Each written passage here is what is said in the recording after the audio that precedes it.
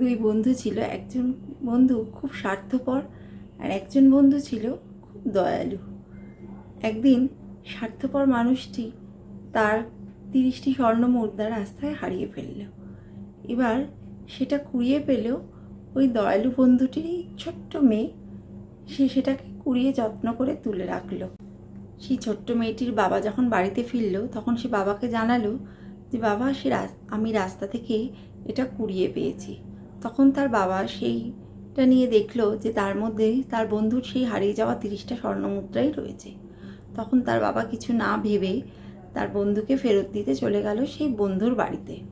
তখন তার স্বার্থপর বন্ধুটি বলে উঠল যে আমার তো 30টা স্বর্ণমুদ্রা ছিল না, এখানে আমার 40টা স্বর্ণমুদ্রা ছিল। আমার আরও 10টি স্বর্ণমুদ্রা নিশ্চয়ই তুমি তোমার বাড়িতে রেখে দিয়েছো। আমাকে আরও 10টা স্বর্ণমুদ্রা তোমাকে ফেরত দিতে হবে। এই কথা শুনে তখন তার দয়ালু বন্ধুটা রেগে গিয়ে সমস্ত স্বর্ণমুদ্রাটা রেখে দিয়ে তিনি বেরিয়ে চলে গেলেন তার বাড়ি থেকে। কিন্তু তার ওই স্বার্থপর বন্ধুটা, সে তো ছাড়তে নারাজ। সে সেগুলো নিয়ে বিচারকের কাছে গেলেন। বিচারক তখন তার অভিযোগগুলো মনোযোগ দিয়ে শুনলেন এবং বাবা ও মেয়েকে ডেকে পাঠালেন ঘটনাটি তাদের মুখ থেকে শুনবার আশায়।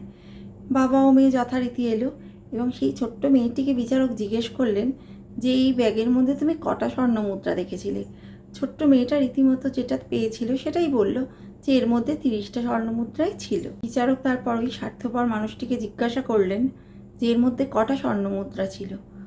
তখন তিনি আবার বলে উঠলেন এর মধ্যে 40টা স্বর্ণমুদ্রা ছিল। বিচারক এবার লোকটিকে জানালেন যে যে স্বর্ণমুদ্রাটা মেয়েটা কুড়িয়ে পেয়েছে সেটা আপনার নয়, কারণ মেয়েটি পেয়েছে 30টা মুদ্রা আর সে হারিয়েছে 40টা মুদ্রা। সে ওই মুদ্রাগুলো মেয়েটিকে নিয়ে তার সাথে চলে যেতে বলে এবং মেয়েটিকে জানায় যে যদি কেউ এসে বলে যে কেউ 30টা মুদ্রা হারিয়েছে তাহলেই তোমাকে আমি আবার ডেকে পাঠাবো। বিচারক লোকটিকেও বলল যদি কেউ এসে বলে যে কেউ 40টা মুদ্রা খুঁজে পেয়েছেন তাহলে আমি আপনাকে আবার ডেকে পাঠাবো।